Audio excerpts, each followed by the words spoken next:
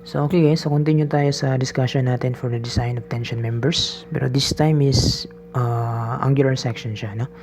So ano yung angular section na kayang i-withstand yung i-apply natin na tensile load, okay? So designing to, no? So mas madali yung designing kaysa sa investigating. Okay. So provided meron tayo ditong limang available na commercial na angular section. So, meron tayong 150 by 150 by 8 mm, 150 by 87.5 by 9.5 mm, 100 by 75 by 12.5 mm, 100 by 100 by 11 mm, 100 by 87.5 by 12.5 mm.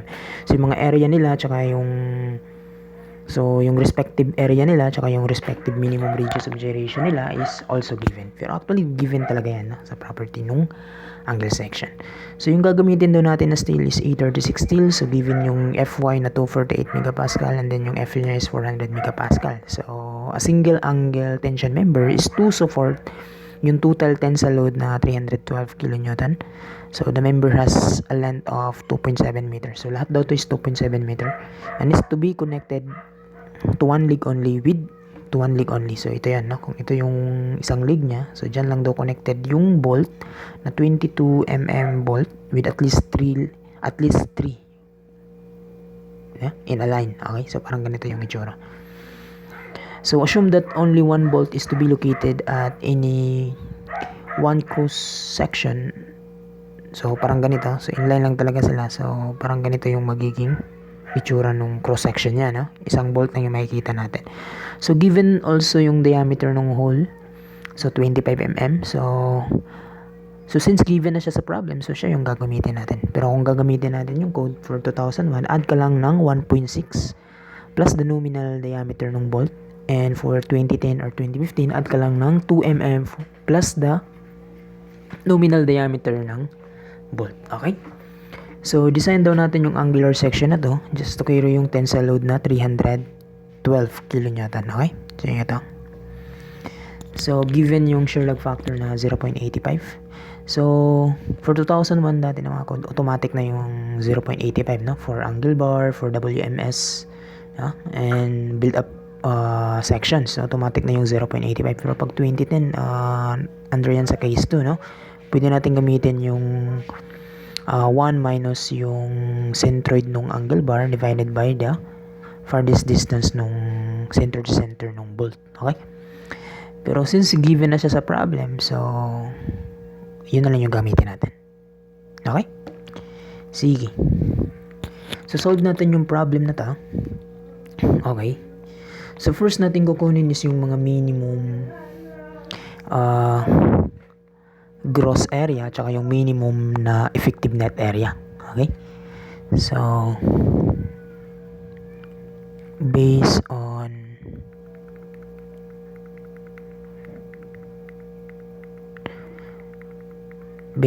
gross area, meron tayong tensile force that is just equal to gagamit ako ng ESD. Okay? So 0.6 lang nung Fy times nung gross area. Pwede din gamitin mo yung yung Fy nung gross area all over yung safety factor niya na 1.67. Pwede rin, no? Okay? Pag LRFD naman, pwede mong gamitin yung 0.9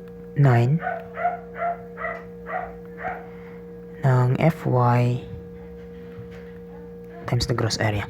Pero sa ko lang, yung computation case, ito lang yung gamitin ko. Okay?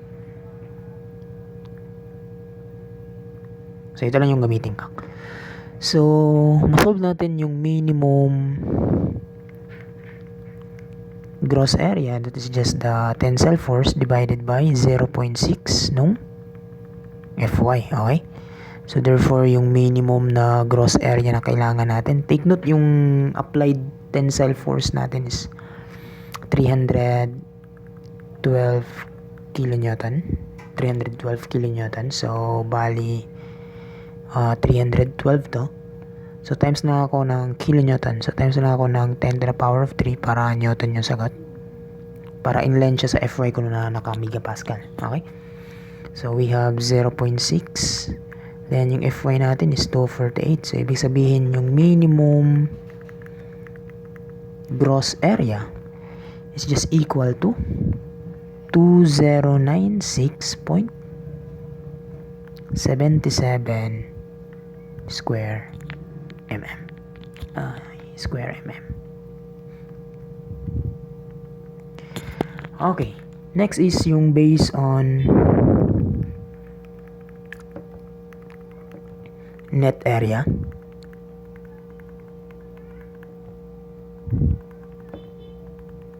Yung ito. Tapos based on net area. Ay, baliktad na. Ito yung N, ito yung gross, ito yung N.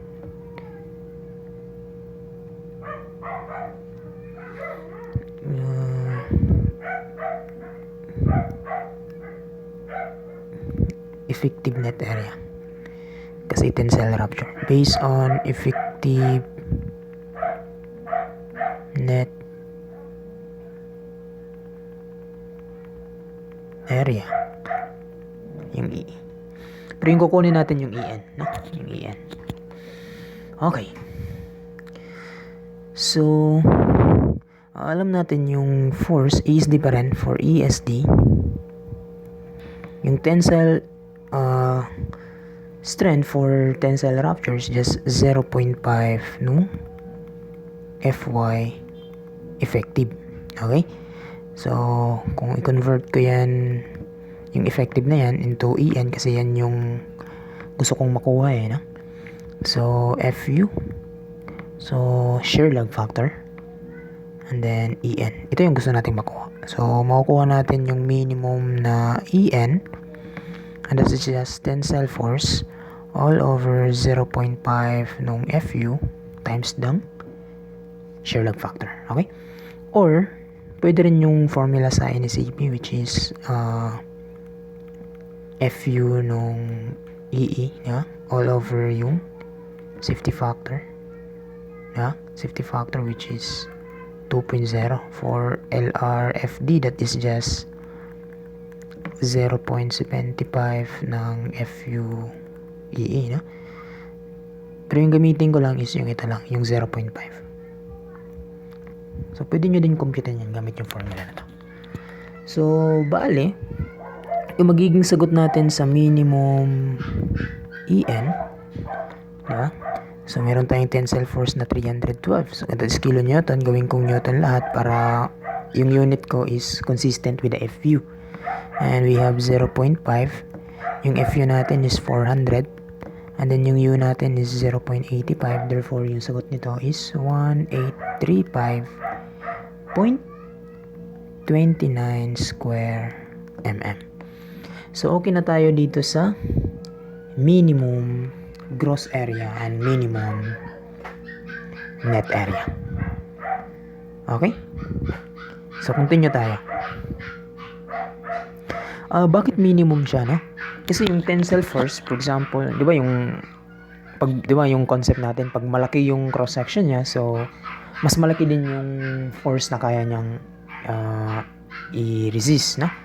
So, kung i-apply natin yung tensile force na 312 kilonewton, then yung kailangan niyang area is, for example, ito, no? Sa gross area, yung kailangan niyang gross area is 2096.77. So, kung liliit yung area na yan, mas maliit, like, say, 1,000, so, hindi niya kayang i-resist yung 312 na kilonewton. Kasi, yan nga, no? Yung kailangan niyang minimum na requirements niya is 2096.77. Pero kung mas mahigit pa nito, so, kaya niyang i-withstand yung 312. So, I hope na nakukuha niyo. No? Nakukuha niyo. Okay? So, continue tayo sa solution.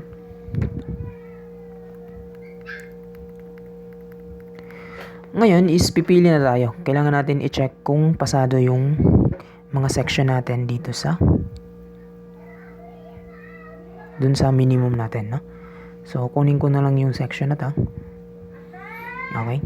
Yung ito.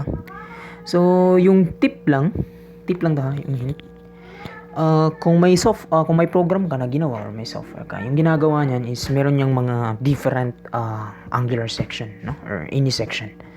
So, kinakalculate niyan yung mga kaya niyang values. Pero however, pag conventional kasi is kailangan mong ikaw yung mag-compute, di ba? So, yung tip is kailangan, kasi maraming section no? Pipiliin mo, pinakaunang i-evaluate mo yung pinakamagaan sa kanila. Kasi kung sino yung pinakamagaan, dun yung economical or siya yung pinakamura. Okay?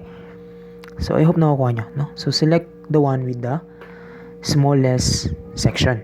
Okay? So, paano natin malalaman na siya yung smallest or the lightest weight? Okay? So, paano natin malalaman na siya yung pinakamagaan? So, since constant yung length nila, which is 2.7 meter, is given in the problem. Okay? So, since constant yung length nila, then same yung steel, no? So, lagay natin, same din yung density ng steel nila, like 7,850 siguro, kilogram per cubic meter. Yeah? Yan yung constant density ng steel, no? So, since constant yung density, tsaka constant yung length, so, pwede nating tignan na lang dito sa area, no? So, kung sino yung may pinakamaliit na area, so, siya yung pinakamagaan din, okay? So, kung titignan natin yan, yung pinakamaliit na area is yung ito. So, yung pinakauna kong i-evaluate yung 100 by 75 by 12.5. Okay? So,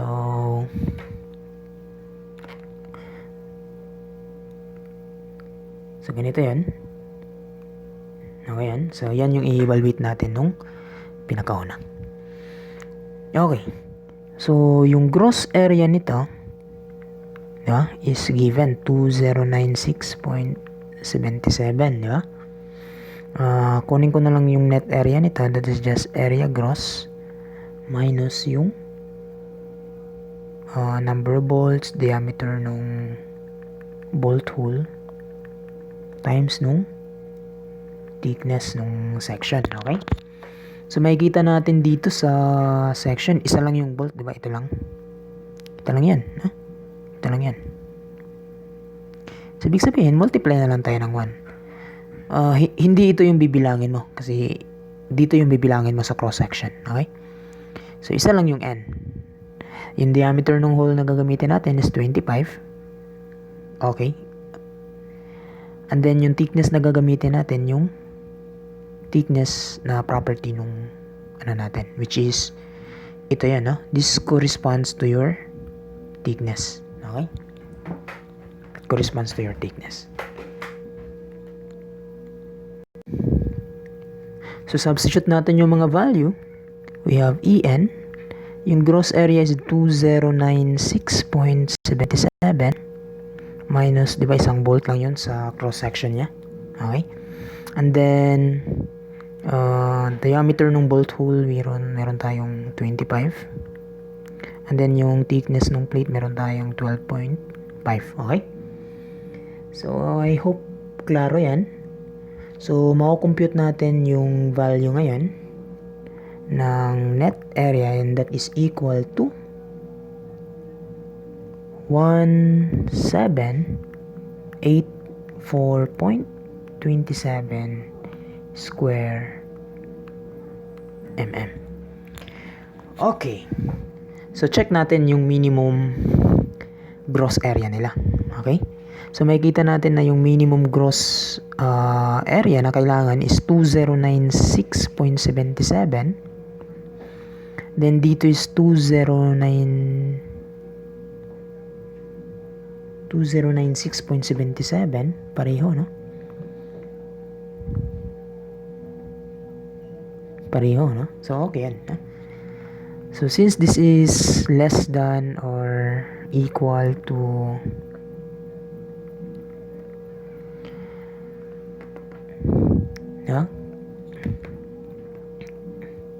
hindi less than, no? Mag-minimum, mag-fill yun, So, since this is equal to or greater than the minimum gross area, so since yung minimum gross area natin is 2096.77, so this means this is pass. Okay? Pasado siya sa gross area. Next, yung net area naman. So, yung net area na kailangan natin na minimum is 1835.29. 18, di ba? Dito is also 2096.77. Yung ano natin, yung minimum na net area, yung value niya is equal to 1835.29. Okay? So, 1784, this is less than, yeah? Less than ng 1835. So, therefore, this is this one field. Okay? So, hindi natin pwedeng gamitin yung section na to, no? Kasi hindi niya kaya. Hindi niya kayang i-withstand yung 312 kilonewton. Okay? So, crash out ko na to dito sa less ko. Okay. So, next kung titignan naman ngayon is yung next na lightest. Okay? So, makikita natin na yung sunod na pinakamagaan yung ito. Okay? So, siya yung next kong i-check. Copy ko lang to. So, ito yung isusunod ko na i-check kasi siya yung next na pinakamagaan, no?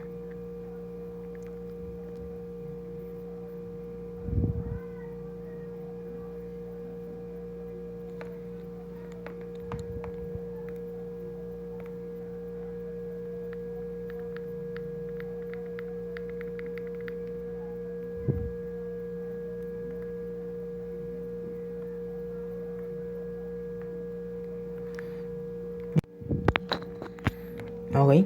So, kukunin natin yung gross area nito. So, di na kailangan i-solve kasi given 2135.48 square mm. And then, yung kailangan na lang natin computein is yung net area. Area gross minus number of bolts, diameter ng bolt hole, or number of hole. And then, thickness nung section. Okay? So, meron tayong gross area that is 2135.48 minus, so titignan pa rin natin dito sa cross section yung ito. So, meron tayong isang bolt lang dito, hindi yung ito, huwag mong titignan dito, hindi ito sa cross section. So, 1 times nung diameter nung hole, which is 25, so we will be using 1 times 25 times thickness nung plate, ito yan, no? 11. So, therefore, meron tayong EN and that is just 1860.48 square mm. So, ngayon, ito na yung exciting part. I-check natin kung okay siya sa minimum EG, which is, ito yan yung value niya. Copy ko na lang to. So, yan yung value ng minimum na gross area na kailangan. Okay? So, ito yan.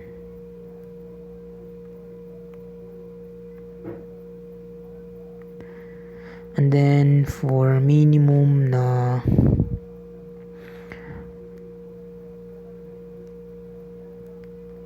net area, ito yan.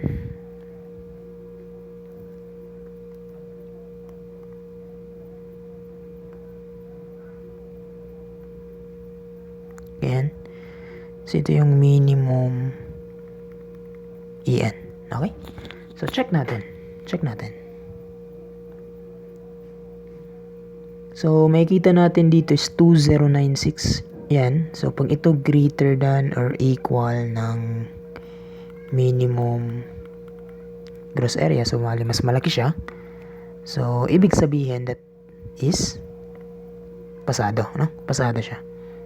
So, pass. Next.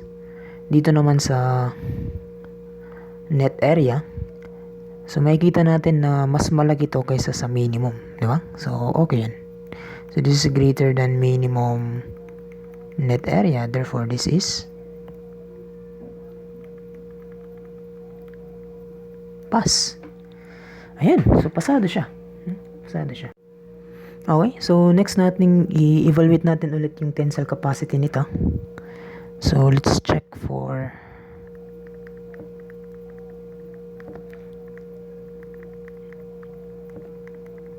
allowable tensile capacity.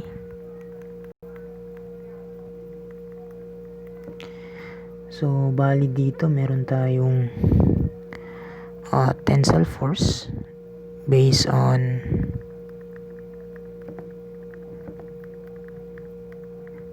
gross area.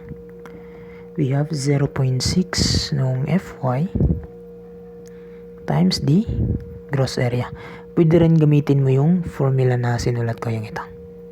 Pwede rin to. So dito na lang ako sa 0.6. So we have now the value of we have 0.6 times yung Fy 248 and then yung gross area 2135.48. So therefore yung tensile force nito is just equal to 317.759 kilonewton. So this is greater than nung 312 na kilonewton yung applied natin, yung applied T. So therefore this is safe. Okay, so safe siya kasi mas malaki pa siya dun sa in-applied natin na load. So yan, no? Pwede rin by solving for allowable tensile capacity, no? So next natin i-check yung based on net area.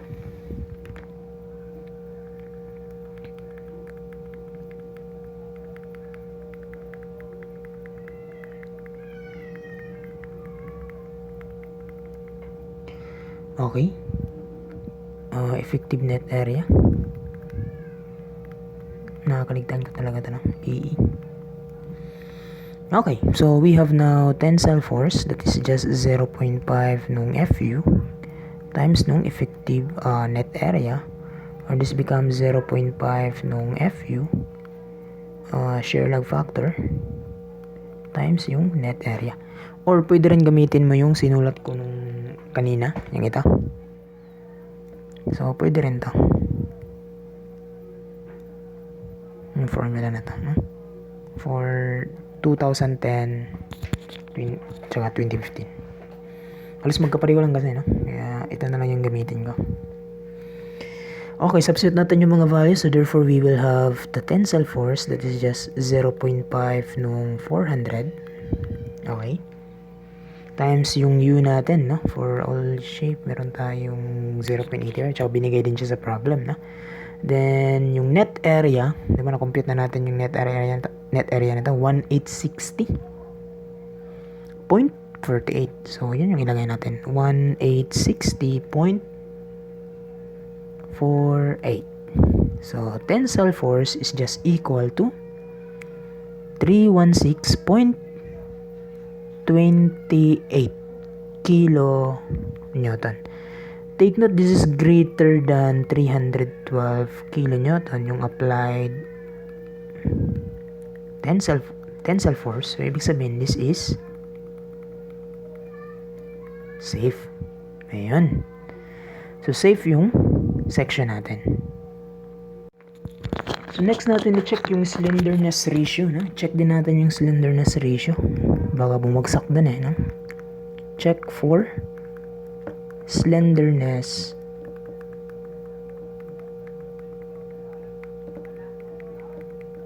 ratio. So yung formula lang, dapat lang daw yung L over R must be less than 300. So therefore yung length nito given, no? That is yung ito. So yung length niya is 2.7 meter. Okay, so yun yung gagamitin natin.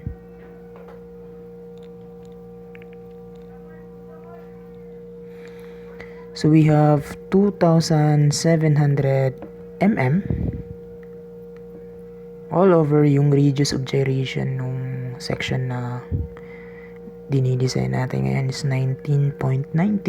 Therefore, this is just equal to 135.41. So this is less than 300. Therefore, this is okay. Okay. Ayan, no? So, pwede na tayong mag-conclude. So, choose. Isamaris ko muna. Okay. So, sa economy, check siya, no? Kasi ito yung second sa smallest. Okay. For minimum gross area, check. Pass siya. Minimum net area, check. Diba? Tensile force, no? Sa tensile capacity niya, check. Sa slenderness ratio niya,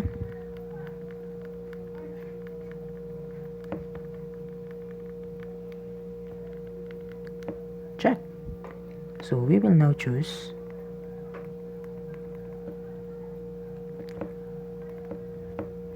(100 by 100 by 11 mm). So ito na, no? So that's it guys. Continue na lang tayo sa next video. Thank you.